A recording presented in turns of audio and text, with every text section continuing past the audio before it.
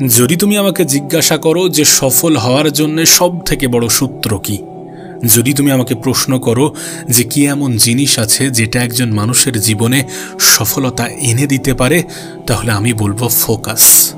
জানি শব্দটা ছোট, কিন্তু এই শব্দের ক্ষমতা অনেক বড়।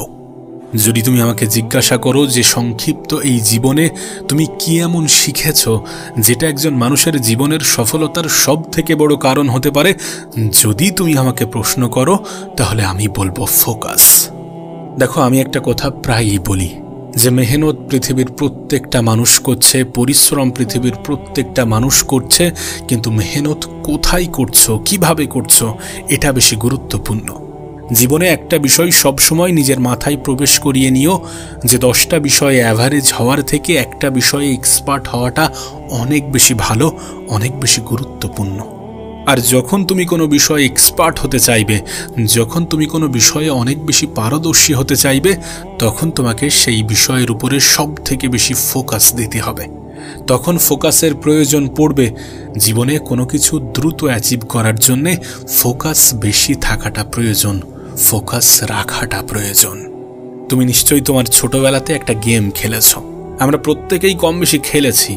ছোটবেলায় একটা ম্যাগনিফাইং গ্লাস হতো, যেটা দিয়ে আমরা সূর্যের আলোকে কাজে লাগিয়ে বিভিন্ন জিনিসে আগুন লাগাতাম।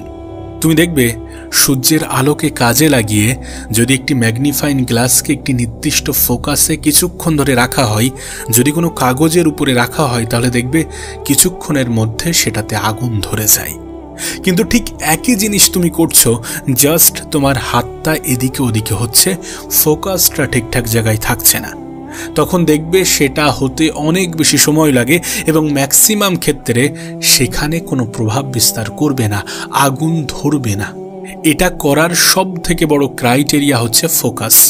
লেন্সটা উপর নিচে করলেও হবে না, ডানে বামে করলেও হবে না। একটা নির্দিষ্ট ফোকাসে লেন্সটাকে কিছুক্ষণ ধরে রাখলে সেটাতে আগুন ধরে যায়।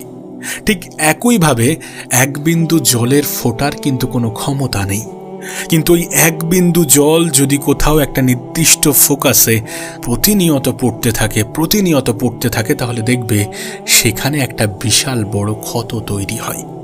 যখন কোনো টিউবওয়েল থেকে জল পড়ে, দেখবে যদি কোনো টিউবওয়েলের জল একটা নির্দিষ্ট ফোকাসে বারবার পড়তে থাকে, তাহলে একটা নির্দিষ্ট জায়গায় কিছু ছিদ্র তৈরি হয়, কিছু ক্ষত তৈরি হয়। এমনটা নয় যে জলের প্রচণ্ড প্রেসার ছিল, হ্যাঁ, জলটা যেখানে পড়ছিল সেটা একটা নির্দিষ্ট জায়গায় প্রতিনিয়ত পড়ছিল। এটাই হচ্ছে ফোকাসের ক্ষমতা, এটাই হচ্ছে কনসিস্টেন্সির ক্ষমতা।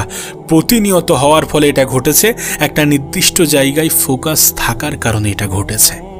আমাদের জীবনের ক্ষেত্রেও ফোকাসের গুরুত্ব সব থেকে বেশি। যদি আমরা দ্রুত কিছু করতে চাই, আর আমরা চাই দ্রুত কিছু করতে, আমরা চাই দ্রুত কিছু পেতে, দ্রুত কিছু অ্যাচিভ করতে, দ্রুত নিজের জীবনকে পরিবর্তন করতে, দ্রুত সফলতা আনতে, দ্রুত নিজের ট্রান্সফরমেশন করতে, দ্রুত ওয়েট কমাতে, দ্রুত পড়াশোনায় সাকসেস পেতে, দ্রুত লাইফে এগিয়ে যেতে, সমস্ত কিছু আমরা দ্রুত চাই। যদি সত্যি আমরা দ্রুত রেজাল্ট চাই, যদি সত্যি আমরা অনেক বড় স্থানে, অনেক উঁচু স্থানে নিয়ে যেতে চাই, তাহলে আমাদের ফোকাস হাই থাকাটা প্রয়োজন। দেখো, আমাদের মধ্যে একটা ভ্রান্ত ধারণা আছে, আমরা মনে করি যে সফল ব্যক্তিগুলো অসাধারণ হয়, কিন্তু বাস্তবে সফল ব্যক্তিগুলো কোনো অসাধারণ ব্যক্তি নয়। সফল ব্যক্তিগুলো কিন্তু অসাধারণ ব্যক্তি হয় না, তারা সাধারণ মানুষই হয়ে থাকে, সাধারণ ব্যক্তিই হয়ে থাকে, কিন্তু হ্যাঁ, তাদের ফোকাস সাধারণ মানুষের থেকে গভীর হয়ে থাকে, ভালো হয়ে থাকে, বেশি হয়ে থাকে। প্রবলেমটা কোথায় জানো? ধরো তুমি বাইরে শিকার করতে গিয়েছো, শিকার করতে গিয়ে তুমি যখন শিকার খুঁজছো, তখন তুমি একটি খরগোশ দেখলে। তুমি ভাবলে, আরে খরগোশ। তুমি তোমার তীর অথবা বন্দুক বার করলে, তারপর খরগোশের দিকে তাক করলে। খরগোশের দিকে নিশানা বসানোর পরে হঠাৎ করে তোমার চোখে পড়ল একটি হরিণ। তুমি তখন ভাবলে যে খরগোশের থেকে তো হরিণ বড়। তখন তুমি খরগোশ থেকে নিশানা সরিয়ে হরিণের দিকে তাক করলে এবং ভাবলে যে হরিণ শিকার করব। এরপর যখনই তুমি হরিণের কাছাকাছি গিয়ে তীর বা বন্দুক চালাতে গিয়েছ, তোমার নজরে পড়ল একটি জেব্রা। তোমার মনে হলো যে এটা তো আরও বেশি বড়, এটা শিকার করতে তো আরও বেশি মজা লাগবে, আরও বেশি মজা পাওয়া যাবে। তুমি দেখলে যে জিরাফটা অনেক দূরে আছে, চলো একটু কাছাকাছি যাওয়া যাক। কিন্তু তুমি কাছাকাছি যেতে না যেতে সে দৌড়ে পালিয়ে গিয়েছে এবং আলটিমেট তুমি না জিরাফ শিকার করতে পারলে, না হরিণ শিকার করতে পারলে, আর না খরগোশ শিকার করতে পারলে। এরপর তুমি ক্লান্ত শরীর নিয়ে বাড়িতে ফিরলে এবং নিজেকে নিজে বোঝাতে লাগলে যে ভাগ্যটাই খারাপ, আমার ভাগ্যটাই খারাপ, ওই জন্যে আমি শিকার করতে পারিনি। লাইফেও ঠিক এমনটাই হয়ে থাকে।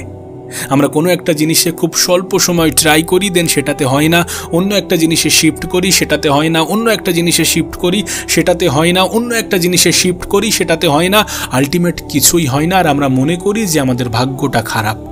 যেটা করি সেটাকে ভালোভাবে করি না, যেটা করতে চাই সেটা ভাবি কিন্তু স্টেপ নিই না, আর যদিও বা স্টেপ নেই স্বল্প সময়ের মধ্যে দেখি যে রেজাল্ট আসছে না, হাত গুটিয়ে বসে থাকি, নিজের ভাগ্যকে প্রশ্ন করি, নিজের ভাগ্যকে দোষ দিতে থাকি এবং বলি যে আমার দ্বারা কিছু হবে না, আমার ভাগ্যটাই খারাপ, আমি পারবো না। প্রকৃত অর্থে আমাদের ভাগ্যটা কি খারাপ হয়?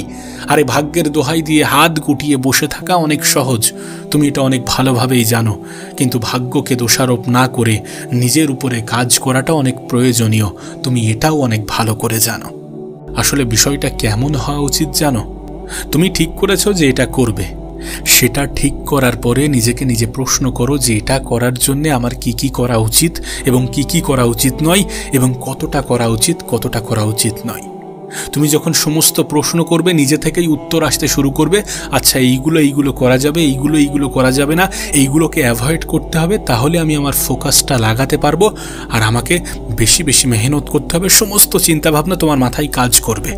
এবং একটা কথা মনে রেখো, তুমি যেটাই ভাববে তোমার লাইফে ঠিক সেটাই ঘটবে। মানুষ ভাবতে ভয় পায়, মানুষ টার্গেট তো সেট করে কিন্তু পরবর্তী পদক্ষেপ নিতে ভয় পায়, নিজেকে প্রশ্ন করতে ভয় পায়। এরপর যখন দেখে যে না সব কিছু ঠিকঠাকভাবে হচ্ছে না, তখন পিছিয়ে আসতে শুরু করে। কিন্তু প্রকৃত অর্থে যখন আমরা কোনো কিছু শুরু করি তখন তো একটু কঠিন মনে হয়, এটা অস্বীকার করার কোনো জায়গা নেই, কিন্তু যখন তুমি সেই কঠিনটাকে কাটিয়ে উঠতে পারবে তখন তোমার কাছে সব কিছু ইজি মনে হবে, সহজ মনে হবে। তবে একটা কথা মনে রেখো, নিজের ভয়কে কাটানোর জন্যে, জয়কে নিজের জীবনের অংশ বানানোর জন্যে, দ্রুত লাইফে কিছু করার জন্যে আইসোলেশন প্রয়োজন। শুরুতে নিজেকে আলাদা করাটা প্রয়োজন, কারণ যখন তুমি নিজেকে আলাদা করবে তখন তোমার একটা আলাদা এনভায়রনমেন্ট তৈরি হবে যেখানে ডিস্ট্র্যাকশন কম থাকবে। আর যখন ডিস্ট্র্যাকশন কম থাকবে তখন তুমি তোমার কাজের উপরে, তখন তুমি তোমার লক্ষ্যের উপরে, তোমার উদ্দেশ্যের উপরে ফোকাস করতে পারবে। আর ফোকাস কতটা গুরুত্বপূর্ণ তোমার জীবনে, তোমার সফলতার জন্যে, লাইফে কোনো কিছু করার জন্যে, জয়কে নিজের জীবনের অংশ বানানোর জন্যে, লাইফে দ্রুত কিছু অর্জন করার জন্যে, আর 10টা মানুষ থেকে নিজেকে এগিয়ে রাখার জন্যে, সফলতাকে নিজের জীবনের অংশ বানানোর জন্যে, সব কিছুর জন্যে ফোকাস কতটা গুরুত্বপূর্ণ তুমি নিজেও ভালো করে জানো। এটাকে রিপিট করা বা এটাকে বারবার বলার কোনো প্রয়োজন নেই। মনে রেখো, 10টা বিষয়ে অ্যাভারেজ হওয়ার থেকে একটা বিষয়ে এক্সপার্ট হওয়াটা অনেক বেশি গুরুত্বপূর্ণ, অনেক বেশি প্রয়োজন, অনেক বেশি উত্তম। আমি আমার জীবনে একটা কথা প্রায়ই বলি যে লক্ষ্যবিহীন মানুষগুলো মৃত ব্যক্তির মতো। যাদের জীবনে কোনো নির্দিষ্ট লক্ষ্য নেই, উদ্দেশ্য নেই, তারা মৃত ব্যক্তির মতো। তাদের বেঁচে থাকা বা মারা যাওয়ায় কোনো যায় আসে না। ঠিক তেমনই ফোকাস ছাড়া মেহনত, বৃথা প্রচেষ্টা ছাড়া কিছুই নয়। তুমি নিজেও এটা ভালো করে জানো যে কোনো নির্দিষ্ট একটা কাজ শেষ করতে 10 ঘন্টাও লাগতে পারে, আবার সেই একই কাজ 4 ঘন্টার মধ্যেও শেষ করা যেতে পারে। তুমি একই সাথে যদি 2-3টি জিনিসের ট্রাই করো তাহলে দেখবে যে তোমার ফোকাস কমে গিয়েছে, দেন যেটা 4 ঘন্টার মধ্যে হতে পারতো সেটা করতে 10 ঘন্টা লাগছে।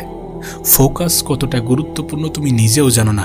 তুমি জানো এটা যে আমাদের জীবনের সবথেকে গুরুত্বপূর্ণ জিনিস, সবথেকে গুরুত্বপূর্ণ উপহার হচ্ছে সময়, আর এই সময়কে বাঁচাই আমাদের ফোকাস। যদি আমরা কোনো কিছু মনোযোগ দিয়ে করি, যদি আমরা কোনো কিছু কোনো ডিস্ট্র্যাকশন ছাড়াই করি, তাহলে আমাদের ফোকাস বৃদ্ধি পায় এবং সেই ফোকাস আমাদের সফলতা এনে দেওয়ার জন্য সবথেকে বেশি, সবথেকে বড় ভূমিকা দেখায়। তুমি যেটা করতে চাও সেটার উপরে ফোকাস আনার জন্য কোনো উদ্দেশ্যও থাকতে পারে, কোনো লোভও থাকতে পারে, কোনো স্বপ্নও থাকতে পারে, যা কিছু থাকতে পারে, কিন্তু সেটার উপরে নিজের ফোকাস লাগাও। যদি চাও যে লাইফে দ্রুত কিছু করব, যদি চাও যে আর 10টা মানুষ থেকে নিজেকে আলাদাভাবে রিপ্রেজেন্ট করব, জীবনের অনেক সময় আমাদের সমস্যা এমন হয় না যে আমরা আমাদের লক্ষ্য অ্যাচিভ করতে পারছি না। জীবনের অনেক সময় এমনটাই হয়ে থাকে যে আমাদের নির্দিষ্ট কোনো লক্ষ্যই থাকে না, আমাদের নির্দিষ্ট কোনো লক্ষ্যই নেই। অনেক মানুষের জীবনে এমনটা হয়েছে।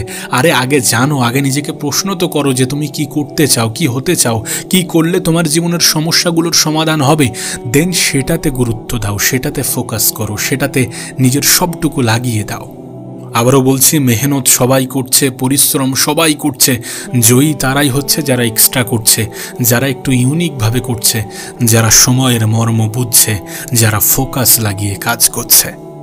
যদি তোমাকে প্রশ্ন করি যে তুমি তোমার জীবনে কি করতে চাও, কি পেতে চাও, যদি তোমার কাছে কোনো উত্তর না থাকে, তাহলে মনে রেখো তুমি একটি উদ্দেশ্যহীন জীবন কাটাচ্ছ, এবং যে জীবন তোমাকে একজন মৃত মানুষের মতো প্রমাণ করবে। প্রথমে নিজের একটা উদ্দেশ্য ঠিক করো, একটা লক্ষ্য ঠিক করো, একটা গোল ঠিক করো, একটা টার্গেট ঠিক করো।